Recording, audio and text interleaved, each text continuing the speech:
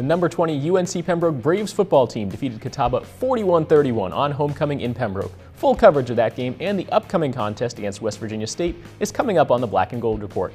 The women's soccer team clinched a berth in the Peach Belt Conference Tournament with a draw against number 12 North Georgia last weekend.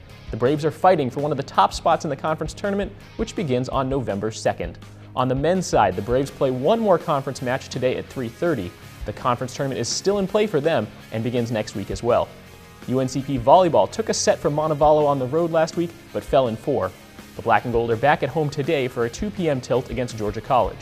UNCP cross country competed at the PBC Championship meet last weekend. The men finished 4th and the women finished 5th in their respective races. UNCP women's golf wrapped up its fall schedule with a 3rd place finish in Dahlonega, Georgia. The Braves' Ashley Thompson tied for 2nd with a final round 75.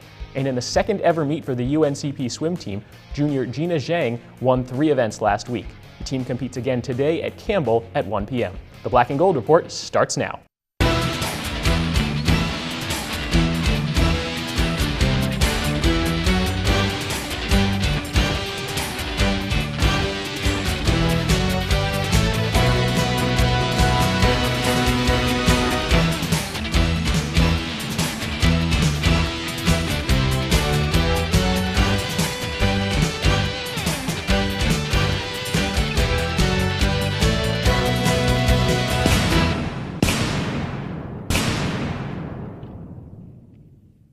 Welcome to another episode of the Black and Gold Report presented by Pepsi, a show all about UNC Pembroke athletics. I'm Cameron Songer, and this week we talked to UNCP football head coach Shane Richardson about a big homecoming victory for the Braves over Catawba. We'll also preview this weekend's game at West Virginia State. Later, we have a special video feature for you. But first, it's my pleasure to be joined in studio once again by head coach Shane Richardson. Coach, thanks for stopping by. Well, thanks for having me back. Let's talk about this big homecoming game.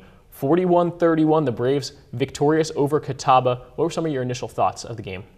I thought really defensively we did not come to play our best game on Saturday, and I think we saw that. I think our offense played really, really well. One of the things that I like about our team is that we're resilient, and we got down on the first play of the game, gave up a big play for a touchdown, and we kind of stormed right back. And honestly, I think along with our team, I think we all felt, hey, no big deal. We're still in control even though we're down here on the opening drive. So with that, I think coming out of that game, I really like to see our team be able to be in that position again and be able to respond. Now, we've got to clean up on all sides of the ball, but I think the sign of a good team is that if defense is struggling, the offense and the special teams, they can help pick it up, and they did. Offense did a fantastic job of scoring points where needed to, and then Matt Davis came up big again in the special teams. Well, you alluded to it. The very first play from scrimmage, a 75-yard touchdown pass for Catawba, but the Braves responded with their own 75-yard drive, capped off by a B.J. Bunn touchdown grab. What were you seeing from your team in the first quarter? Well, I think we just needed to kind of get the rhythm underneath us a little bit and kind of settle in a little bit. It had been a while since we played back at home. It was a day game. So we just kind of, I think, needed to settle in a little bit more and make sure that our sideline energy was going. So I think there were some things there that we had to kind of coach into our guys a little bit, and it took us a little bit of time to get going. But once we got going, I felt pretty good about where we were at. Turning to the second quarter now, both teams converted on some big plays for touchdowns. Your team held the lead pretty much the rest of the way. Catawba didn't lead after that opening exchange of possessions, and at halftime your team had a 21-13 lead. Take us inside the locker room a little bit. What was sort of the discussion, the message, and the vibe in that halftime locker room? I think halftime-wise, we wanted to make sure that our guys knew what was at stake. We needed to clean up some things. I think offensively and defensively both, we were just inconsistent in that first half. And so we needed to just kind of make sure that we were doing what we were supposed to do, making the checks and making the adjustments that we needed to make on the field. But we needed to put together one half of our best. And it wasn't a whole lot of emotion in the locker room in terms of my side of my message. I really just told them flat out, listen, guys, you know what's at stake here, and you've got one half to prove it, and we've got to go out and do that. The game against Catawba featured a total of 7 plays that were touchdowns of 40 or more yards. Catawba had 4 of them. UNCP had 3 of them. What was working for the Catawba Indians against your defense? Yeah, I think they had a good scheme. I think they showed a lot of pullers in their run plays. In the pass game, we just were unfortunate in our technique in the pass coverage. I think they had some good players that were able to make some plays. I thought their quarterback that came in offered them a little bit of more of a running threat in the run game for them. And I don't know that we really adjusted very well defensively. I think our guys were just a little bit off in terms of their reads, in terms of just making sure that they were in the right positions. And so credit Catawba. I thought they did a fantastic job, and our defense, we probably didn't respond as well as what we needed to. In the second half, there were some serious fireworks, both teams scoring a lot of points, but UNCP, again, coming out victorious. How did you feel about the team's response and performance in the second half? Well, great. Obviously, being able to hold them off and being able to win the game, counts for a lot right there. And so a message to our team after the game was, we need to learn how to win, and we need to learn how to handle winning. And I think in those moments, you kind of learn some of those things. And so I was really proud of our offense in the second half, and I thought they came up big, and I thought they really sealed the victory for us. All right, Coach, we need to take our first time out here on the Black and Gold Report, but we'll be back right after this with head coach Shane Richardson. Stay tuned.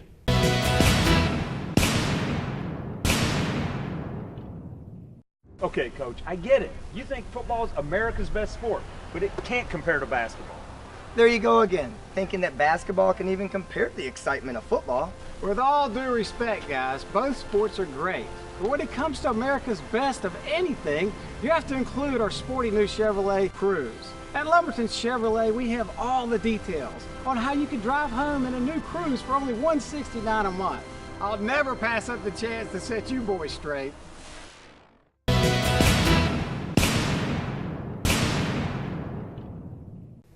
Welcome back to the Black and Gold Report presented by Pepsi. I'm Cameron Songer, joined once again by UNCP football coach Shane Richardson. Coach, we talked about the big win, homecoming victory for UNCP over Catawba. Let's talk now about some individual performances, and we'll start with your quarterback, Patrick O'Brien. A very good game for him, 25 of 39, 383 yards, 4 touchdowns, and 1 interception. How does this game stack up with some of the best he's played as your QB in 2 years? I think in terms of numbers, it definitely is up there. And, there's actually some things that we talked about with Pat as a staff yesterday when we came in as a staff, when we broke it down and evaluated the film, that he does need to do some things better.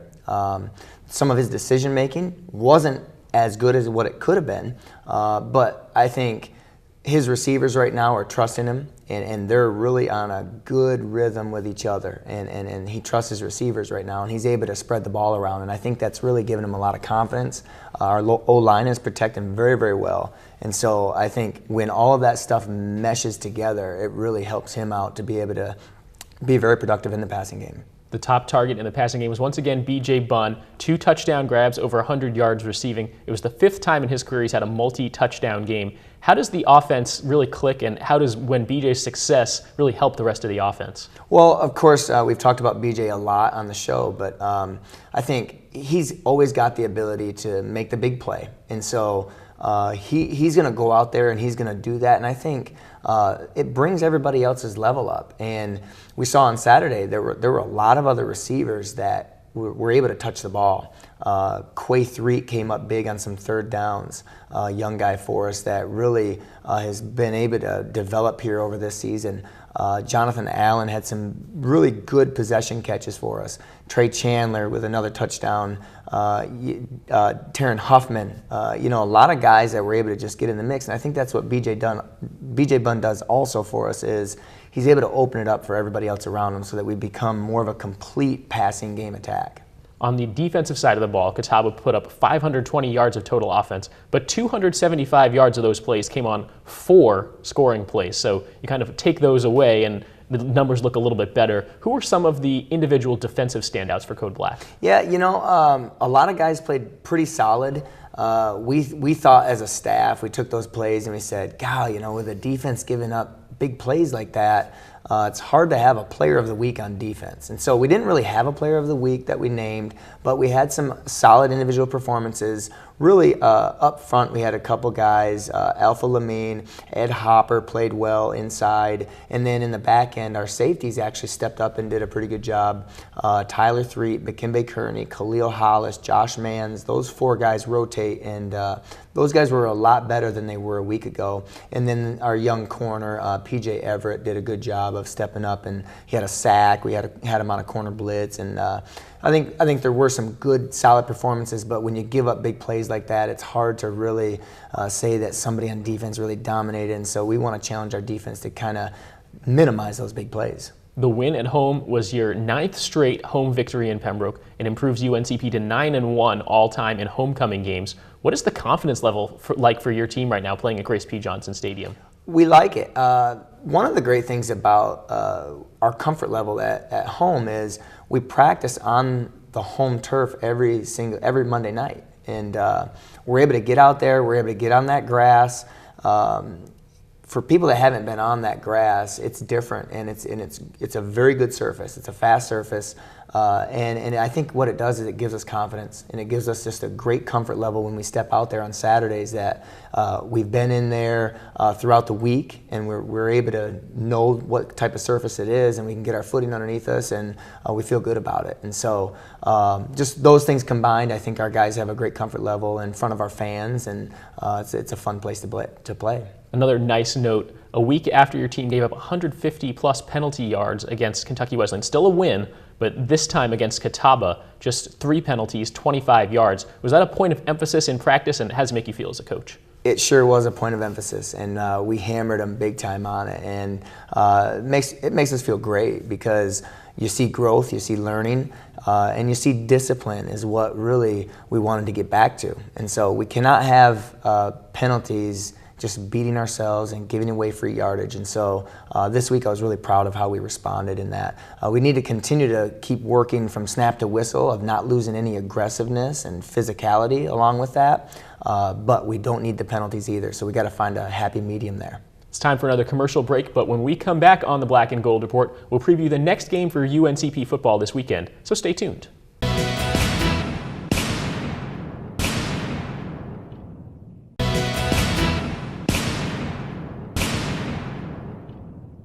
Welcome back to the Black and Gold Report. I'm Cameron Songer with UNCP football coach Shane Richardson as we turn our attention now to this upcoming game, a last regular season road game for the Braves at West Virginia State, a road trip out to Institute, West Virginia. Last season, you handled the Yellow Jackets at home in Pembroke. What can you tell us about West Virginia State this year and what you expect to see on Saturday?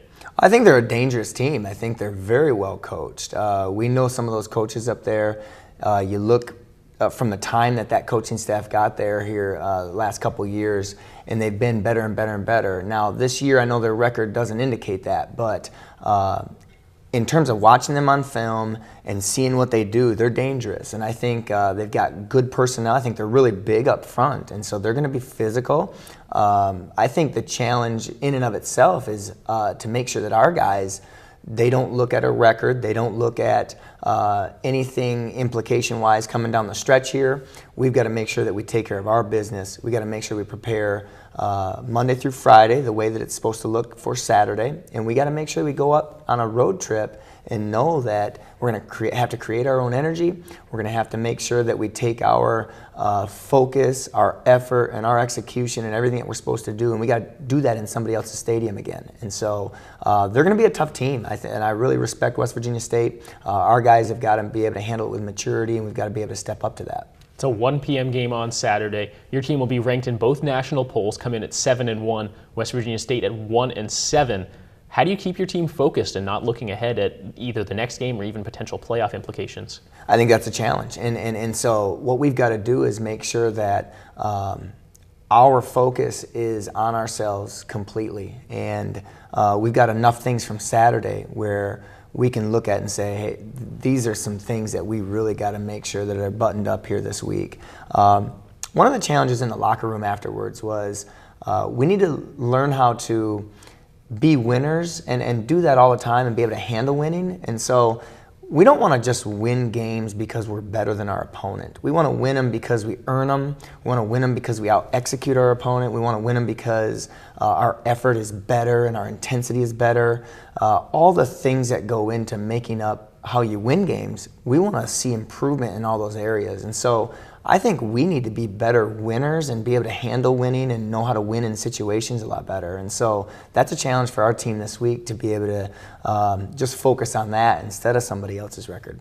After this game, your team will have a bye week before coming back home on November 12th to take on Concord. What will that week look like for you and your team, and how do you feel about it, getting that break? Yeah, bye weeks are good, I think.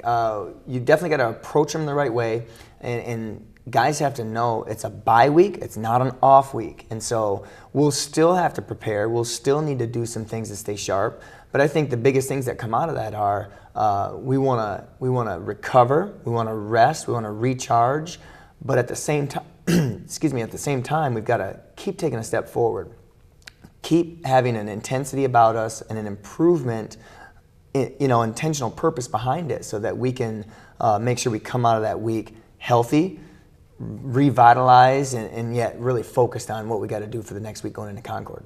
Yeah, that last home game, contest against Concord, potential playoff implications. What's your message to Brave Nation about coming out? It's probably not going to be the warmest day in Pembroke anymore. You're talking about mid-November, but just important to create that home field advantage and senior day for your team as well. Yeah, I think when the crowd is there, when we have a great showing, we really play to that and we play for them. And we appreciate Brave Nation showing up, and it's important for us to have a great crowd there. It's these seniors' last guaranteed home game, and so we want to be able to make a great showing. And I think it's important that these guys go out on a great note, and the seniors deserve that. The rest of the team, they need to understand how important it is for their roles to be able to step up and to honor our seniors in that way. And so we hope that Brave Nation will come out, and we look forward to playing in front of them every time we get the chance. All right, Coach, thank you so much for joining us today. Braves fans, 1 p.m. kickoff on Saturday against West Virginia State, then a bye week, and then back home in Pembroke on November 12th for a senior day against Concord. The Braves have won 9 straight at home, so if you can make it out to that one, we'd really like to see you out there. Don't go anywhere. We'll be back right after these messages on the Black and Gold Report.